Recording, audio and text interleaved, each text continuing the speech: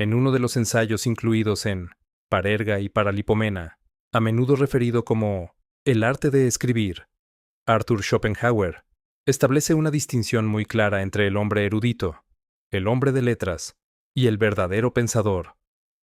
No se trata de una diferencia superficial ni académica, sino de una separación profunda entre dos formas radicalmente distintas de relacionarse con el conocimiento.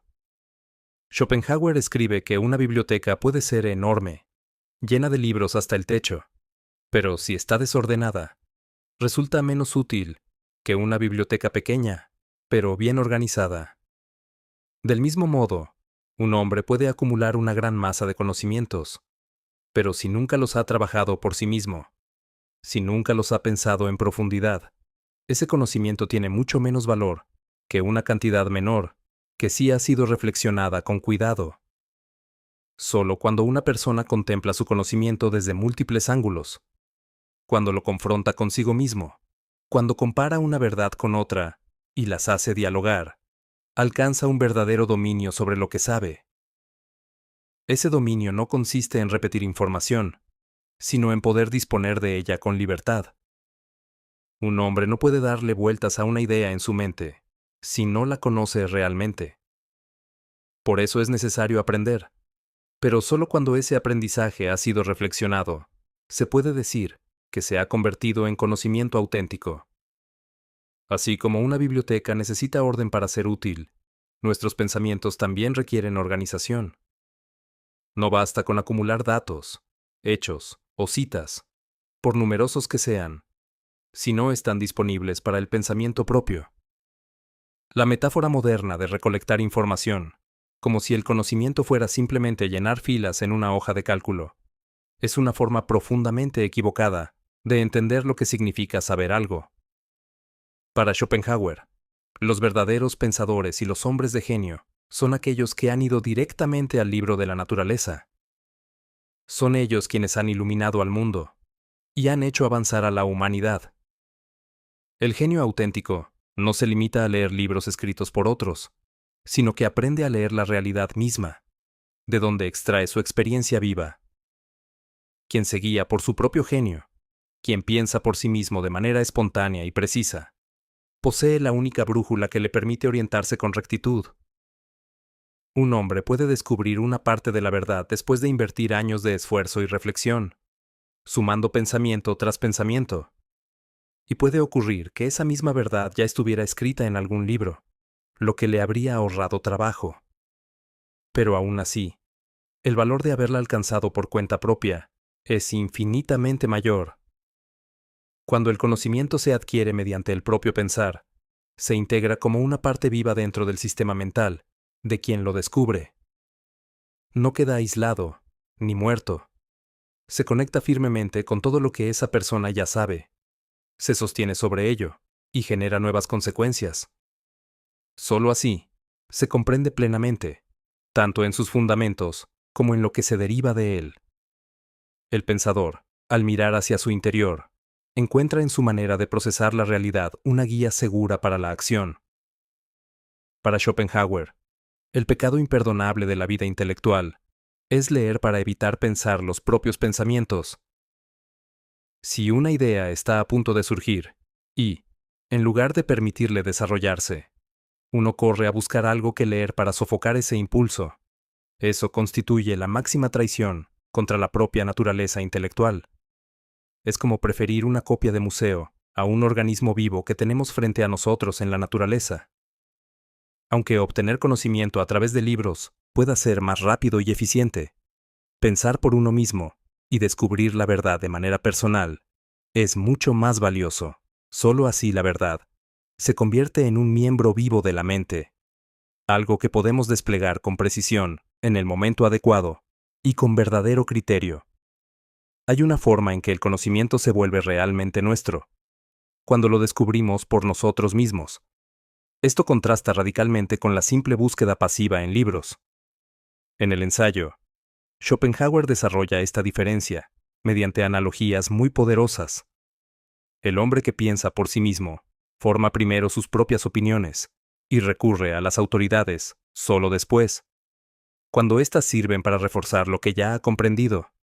En cambio, el filósofo de libros parte de las autoridades, lee lo que otros han dicho, recopila opiniones ajenas y con ello construye un conjunto artificial. Quien piensa por sí mismo, crea algo comparable a un ser vivo, producido por la naturaleza. La mente pensante es fecundada desde fuera por estímulos, pero luego da forma y da a luz a su propio pensamiento. La verdad obtenida por este medio es como un miembro natural del organismo intelectual. Solo ella nos pertenece de verdad. Esta es, para Schopenhauer, la diferencia fundamental entre el pensador y el mero erudito. Las adquisiciones intelectuales del pensador auténtico se asemejan a una pintura bien lograda, donde la luz y la sombra están en equilibrio. El tono se sostiene y los colores guardan armonía.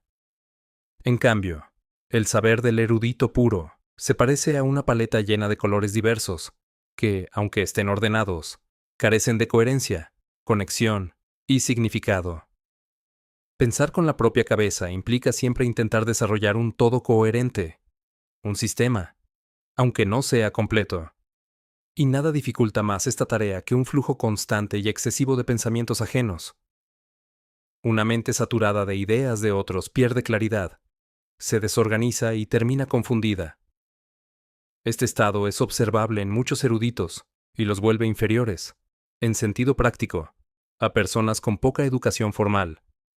Individuos que, tras obtener algo de conocimiento por experiencia, trato humano y una lectura moderada, subordinan todo eso a su propio pensamiento. Schopenhauer señala que el verdadero pensador científico actúa de la misma manera, pero a una escala mayor. Aunque necesita leer mucho y manejar una gran cantidad de información, su mente es lo suficientemente fuerte para dominarla, asimilarla e integrarla dentro de un sistema orgánico de pensamiento, que permanece siempre en crecimiento. En este proceso, el pensamiento propio actúa como el bajo de un órgano, domina sobre todo lo demás, y nunca es ahogado por tonos ajenos.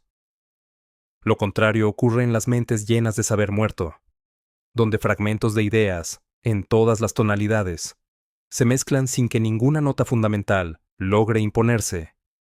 Aquellos que han pasado su vida leyendo y han tomado su sabiduría solo de los libros se parecen a personas que conocen un país únicamente a través de relatos de viajeros.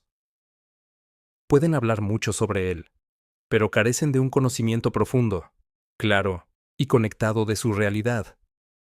En cambio, quienes han vivido en la acción se asemejan a los propios viajeros.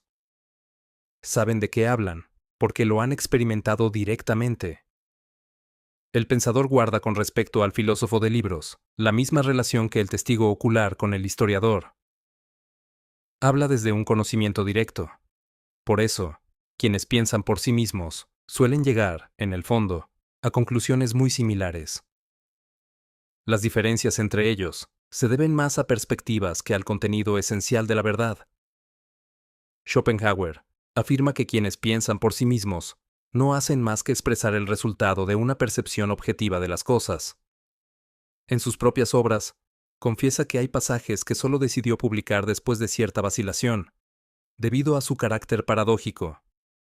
Sin embargo, más tarde, tuvo la grata sorpresa de encontrar las mismas ideas formuladas en los escritos de grandes pensadores del pasado. Esto refuerza su convicción de que el pensamiento genuino, cuando es auténtico, tiende naturalmente a converger. Aquí aparecen algunas de las comparaciones más poderosas del ensayo. Una de ellas es la idea de que pensar se asemeja a un crecimiento natural de ideas dentro de la mente, como un niño que se gesta lentamente en el vientre. Leer, en cambio, cuando se hace de manera mecánica, se convierte en una ejecución automática, carente de verdadero pensamiento propio. Otra imagen igualmente fuerte es la de conocer una tierra extranjera únicamente a través de relatos de viajeros, en lugar de haber estado allí. La diferencia entre reconstruir una escena como historiador y haberla presenciado directamente como testigo ocular. En todas estas metáforas aparece una misma intuición. Existe un valor incalculable en la experiencia directa y en el contacto genuino con el objeto del conocimiento. El contraste que establece entre los eruditos, esos filósofos de libros, y las personas relativamente iletradas, resulta especialmente revelador. Schopenhauer piensa en individuos que saben poco, pero lo que saben lo conocen bien. Han aplicado su mente a ello, han reflexionado sobre su experiencia, y, dentro de ese campo limitado, actúan con sabiduría, prudencia y tacto. Una persona así, dice, muestra más sentido común y juicio que muchos eruditos que presumen poseer enormes cantidades de conocimiento. El ideal, entonces, para el verdadero pensador, es ser como estos individuos, pero a una escala mayor. Tener la fuerza mental suficiente para dominar no solo un ámbito reducido, sino una amplitud mayor que abarque el conjunto de la realidad. Aquí se sugiere una cierta grandeza intelectual. No se trata de acumular información, como hace el erudito, sino de integrar, como hace el sabio. Expandir el campo del pensamiento propio, sin perder coherencia ni dirección. En la siguiente parte del ensayo, Schopenhauer introduce una idea crucial, el valor de esperar. Esperar a que los pensamientos propios emerjan. Esperar a que las intuiciones maduren, en lugar de forzarlas artificialmente. El filósofo de libros, explica, se limita a informar lo que uno dijo, lo que otro quiso decir, o las objeciones planteadas por un tercero. Compara opiniones, las pesa, las critica y trata de alcanzar la verdad del asunto. En este sentido, actúa como un historiador crítico. Pero resulta llamativo que dedique tanto esfuerzo a este proceso, cuando una reflexión directa sobre el problema podría llevarlo más rápido a una conclusión. La dificultad es sencilla pero profunda. Pensar no depende de la voluntad. Un hombre siempre puede sentarse a leer, pero no siempre puede sentarse a pensar. Los pensamientos no obedecen órdenes. Ocurren como las personas. No siempre se presentan cuando se los convoca. El pensamiento sobre un tema debe surgir por sí mismo, a partir de una combinación afortunada entre estímulos externos, disposición interior y atención mental. Y esto es precisamente lo que, según Schopenhauer, rara vez sucede en quienes dependen exclusivamente de la lectura. Esta verdad se vuelve evidente en los asuntos que afectan a nuestro interés personal. Cuando debemos tomar una decisión importante, no basta con sentarnos en un momento cualquiera y analizar racionalmente la situación. Si lo intentamos, muchas veces descubrimos que la mente se dispersa, se resiste o se escapa hacia otros temas. A veces, la aversión hacia el problema mismo es la causa de esta incapacidad. En esos casos, no conviene forzarse. Lo adecuado es esperar a que surja el estado mental propicio. Ese estado suele llegar de manera inesperada y repetirse en distintos momentos, ofreciendo cada vez una nueva perspectiva sobre el asunto. Este proceso lento y fragmentado es lo que constituye una decisión madura. El trabajo de decidir no se realiza de una sola vez, sino que se distribuye en el tiempo. Muchas cosas que pasaron desapercibidas en un momento se vuelven claras en otro. La aversión inicial se disuelve cuando, tras un examen más detenido, comprendemos que la situación no era tan grave como parecía. Schopenhauer extiende esta regla tanto a la vida intelectual como a los asuntos prácticos. Incluso la mente más poderosa no puede pensar de manera plena en todo momento. Por eso, una mente grande hace bien en dedicar parte de su ocio a la lectura. La lectura actúa como un sustituto del pensamiento, proporcionando material, mientras la mente descansa y procesa. Sin embargo, advierte que no debe leerse en exceso. Si la mente se acostumbra demasiado a este sustituto, corre el riesgo de olvidar el pensamiento propio.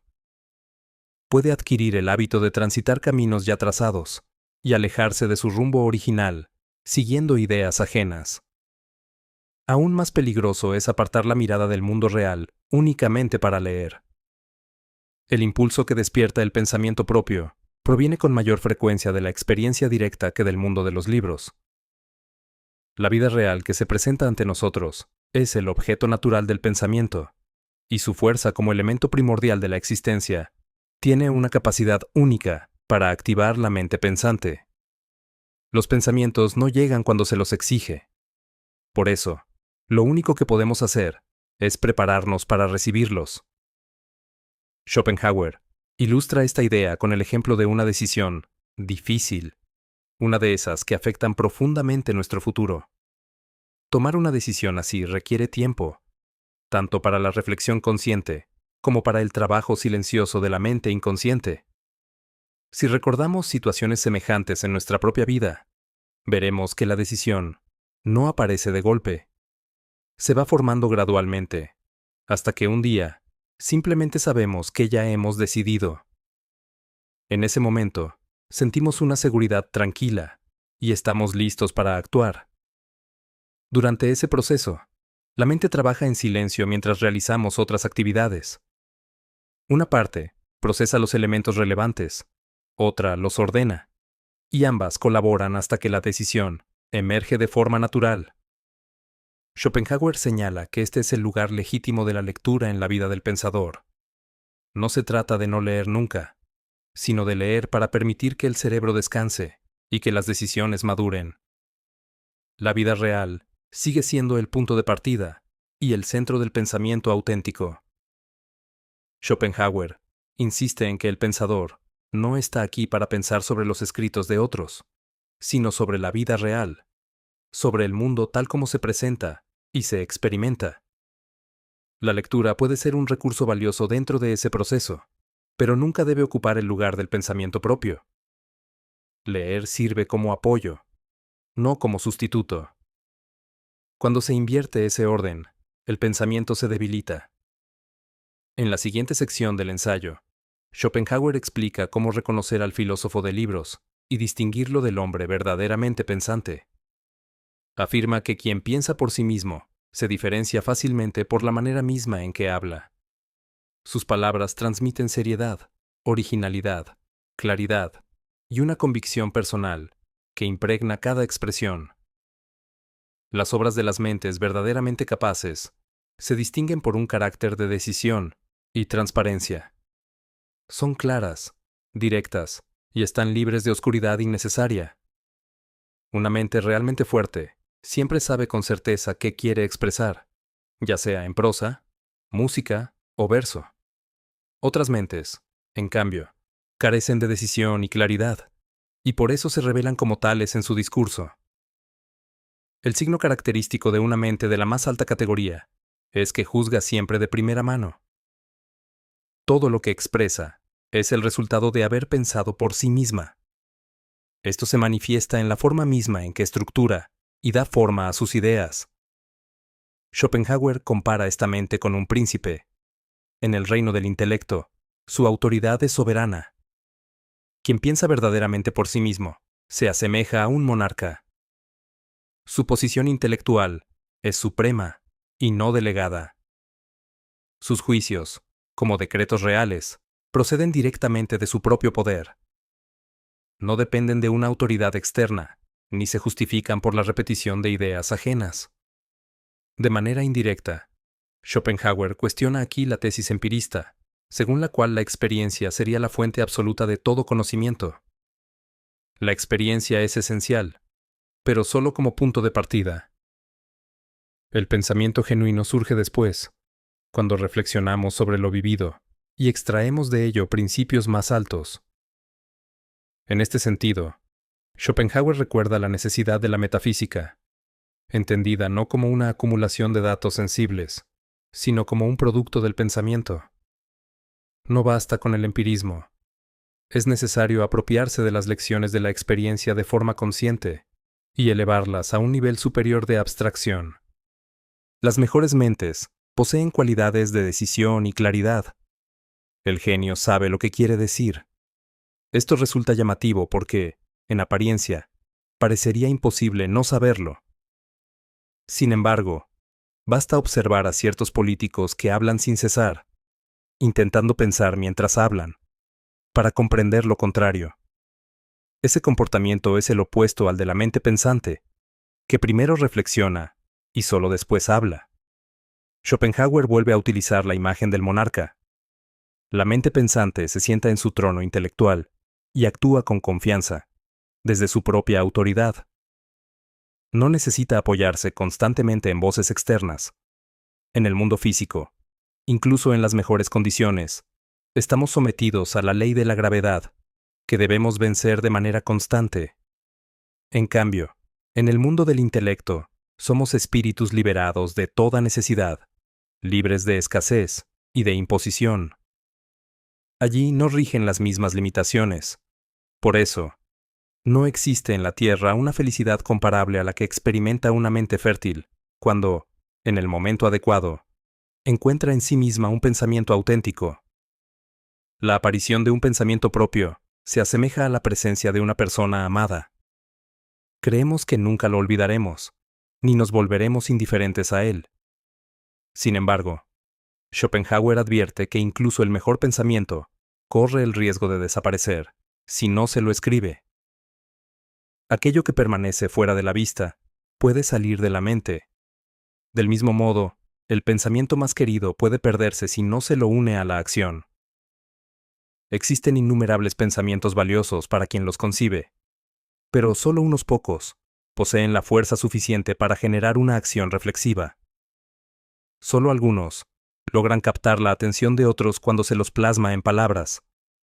Aún así, Schopenhauer insiste en que el verdadero valor reside únicamente en aquello que un hombre ha pensado primero para sí mismo. El ser humano puede considerarse un ser pensante solo en un sentido amplio y general. La humanidad, como conjunto, es capaz de pensar, pero solo el individuo raro y excepcional lo es de manera genuina. En otros escritos, especialmente en sus reflexiones sobre el pesimismo, Schopenhauer distingue diversos tipos de seres humanos, desde los más dominados por impulsos elementales, hasta aquellos pocos filósofos capaces de comprometerse con un proyecto metafísico auténtico, abordando el problema de la existencia en su nivel más alto. Por esta razón, el trabajo filosófico genuino es siempre privilegio de unos pocos. Exige ir contra la corriente natural de la vida humana, orientada principalmente a la supervivencia. Pensar por uno mismo no es lo común, sino lo extraordinario. Tal como se desprende de Parerga y Paralipomena, la capacidad de pensar de manera autónoma es rara.